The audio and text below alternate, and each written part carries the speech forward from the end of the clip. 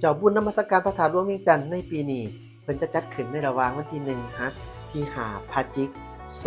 2025ที่จะมาถึงนี้และก็เป็นการปกปักรักษาหีบของประเพณีอันดีงามของศาสตร์ลาวเดี๋ยวท่านผู้ชมบุญนมัสการพระธาตุหลวงเวียงจันทน์และงานวางแสดงสินค้าประจำปี2025เป็นจะจัดขึ้นในระหว่างวันที่1ที่5พฤศจิก2025ที่จะมาถึงนี้ โดยจะจัดให้มีหลากหลายกิจกรรมที่สอดคล้องกับอีกของประเพณีในวัฒนธรรมอันดีงามของศาสตร์ลาวเฮาผ่านนางเวียงพรแก้วคุณศรีหัวหน้าแผนกวัฒนธรรมและการท่องเที่ยวนครหลวงเวียงจันทน์ได้แถลงข่าวเกี่ยวกับการจัดงานดังกล่าวในมื้อวันที่21ตุลาคม2025นี้ว่าบุญนมัสการพระธาตุหลวงเวียงจันทน์ในปีนี้แม้นจะจัดขึ้นเป็นเวลา5วันเริ่มแต่วันที่1ที่5พฤศจิกายน2025ในวันที่1พฤศจิกายนในเวลา 16:30 นาทีเป็นต้นไปแม่นเป็นมื้อเริ่มงานส่วนว่าวันที่2พฤศจิกายนในเว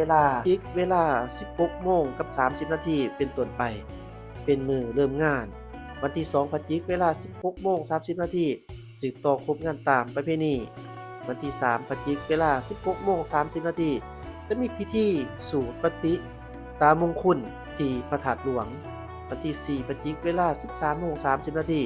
จะมีพิธีแห่พระศาสตร์เพิงและในวันที่5พฤศจิกายนเวลา 7:00 จะมีพิธีใส่บาตรถวายสังฆทานพอดเวลา 13 โมงจะมีพิธีแห่ลูกขี้และแข่งขันกีฬาพื้นบ้านตีขี้หลังจากนั้นเวลา 19 โมงจะมีพิธีเวียนเทียนและจุดธูปเทียนบั้งไฟสักการะบูชาองค์พระธาตุหลวงบุญนมัสการพระธาตุหลวงเวียงจันทน์ในปีนี้จะจัดให้มีหลายกิจกรรมโดยเฉพาะแม่นกิจกรรมอนุรักษ์วัฒนธรรมอันดีงามส่งเสริมการท่องเที่ยวลาวเที่ยวลาวโดยจะตกแต่งประตูโค้งทางเข้าด้วยเครื่องดนตรีมรดกวัฒนธรรมอันยอดยิ่งของศาสตร์ก็คือของนครหลวงเวียงจันทน์ด้วยแค้นกลองหางกลองทัดประดับประดาไฟแสงสีตามเส้นทางทั้งด้านหน้าประตูโค้งเข้างานเส้นทางเข้าสภาแห่งชาติจะตกแต่งเป็นบอนห้องรับมวลชนพักผ่อนจะประดับประดาดอกไฟโคมไฟจุดถ่ายรูปที่สวยงามพร้อมนี้ยังจะจัดเวทีการแสดงศิลปะวัฒนธรรมที่ส่องแสงให้เห็นถึงคุณค่าวัฒนธรรมอันดีงามเป็นความเอกอ้างของศาสตร์ลาวนครหลวงเวียงจันทน์ครบรอบ465 ปีซึ่งจะมีรายการแสดงจากภาคส่วนต่างๆทุกๆวันแต่เวลา 20 โมงถึง 22:30 นาทีพร้อมนี้ยังจะจัดวางแสดงรูปภาพประวัติศาสตร์เพื่อคำนับรับตอนนครหลวงเวียงจันทน์ครบรอบ465 ปี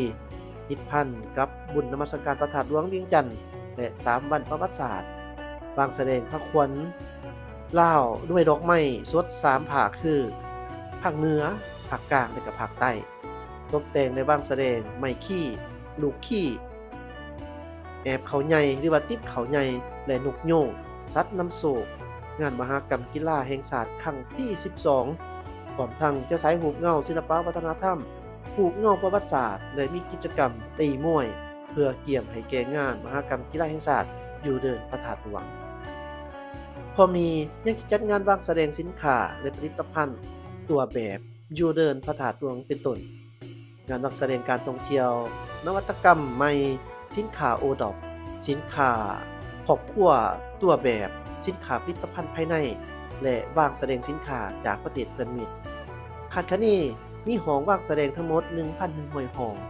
นอกนี้ยังมีประเภทสินค้าพื้นเมืองอาหารพื้นเมืองข้าวหลามปิ้งไก่ต้มไก่และอื่นๆส่วนอยู่ศูนย์วางแสดงสินค้าลาวไอเทคมี200ห้องวางแสดงรวมทั้งหมดประมาณ 2,370 ห้องวางแสดงบุญนมัสการพระธาตุหลวงเวียงจันทน์จะจัดขึ้นเพื่อเต่าโฮมความสามัคคีปวงชนลาวทั้งศาสตร์เพื่อให้หมดทุกคนภายในศาสตร์ได้รับรู้และมีความเอกอังทะนงใจในความเป็นศาสตร์ลาวที่มีมูลเสื่อรูปมันมีหัวคิดประดิษฐ์สร้างและสืบต่ออนุรักษ์ปกปักรักษาและเสริมขยายคุณค่าของมรดกทางวัฒนธรรมอันยอดยิ่งให้คงอยู่คู่คนลาวศาสตร์ลาวชาวนครเวียงจันทน์ก็คือชาวพุทธตลอดไปทั้งเป็นการเฉลิมฉลอง3วันประวัติศาสตร์คือวันสร้างตั้งพรรคประชาชนปฏิบัติลาวครบรอบ70 ปีวันศาสตร์ที่2ธันวาคมครบรอบ50 ปีวันเกิดพระท่านไกรสนภูมิหารครบรอบ100 ปี และนครหลวงเวียงจันทน์ครบรอบ465 ปีพร้อมนี้เพื่อส่งเสริมการท่องเที่ยวลาวเที่ยวลาวติดตามตามทิศสีเขียวและยืนยงถือเอาโอกาสบุญนมัสการพระธาตุหลวงเวียงจันทน์เป็นการเต่าโฮมความสามัคคีความฮักแพงอันเป็นมูลเสือความกตัญญูผู้บุญคุณต่อบรรพบุรุษต่อผู้นำปกปักรักษาและสร้างสาพัฒนาประเทศชาติพร้อมทั้งสร้างสีสันบรรยากาศให้ฟดฟื้นรักษาได้มูลเสือวัฒนธรรมอันดีงามรับประกันความสงบปลอดภัยทั้งนั้นความเป็นระเบียบเรียบร้อยและสะอาดปราศจากขี้เหงื่อในขอบเขตการจัดงานบุญประเพณีเป็นต้นบริเวณเดินพระธาตุหลวง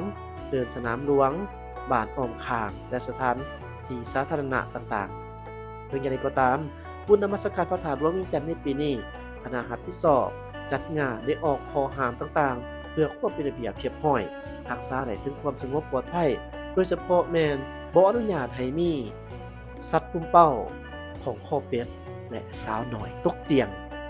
ขอขอบใจข้อมูลจากข่าวคอปลจากท่านผู้ชมนี่ถือว่าเป็นรายการและก็เป็นแบบแผนของงานบุญนมัสการพระธาตุหลวงเวียงจันทน์ในปี2025นี้คือเพิ่นได้จัดออกมาและก็วางแผนออกมากาเกี่ยมออกมาอย่างยิ่งใหญ่และก็ชัดเจนเอาขอเชิญชวนพ่อแม่พี่น้องเฮาผู้ทั้งอยู่ไกลและอยู่ไกลมาท่องเที่ยวมาดินมาเที่ยวมาเอาบุญอยู่ที่บุญนมัสการพระธาตุหลวงเวียงจันทน์ในปีนี้เด้อเจ้าจะรักษาไว้ซึ่งของประเพณีโดยเฉพาะแม่นการนุ่งถือหยังต่างๆเนาะหรือว่าการเฮ็ดกิจกรรมต่างๆแม่นบ่ให้อยู่ตามความเหมาะสมในงานของเพิ่นประมาณนั้นเจ้าถ้าหากว่าข่าวๆนี้พอเป็นประโยชน์ก็อย่าลืมกดไลค์กดแชร์กดติดตามให้ช่องนี้ด้วยเด้อเจ้าเพื่อท่านผู้ชมจะบ่พลาดในการอัปโหลดคลิปดีๆจากทางช่องพี่น้อย Channel ขอบใจหลายๆสบายดีเจ้า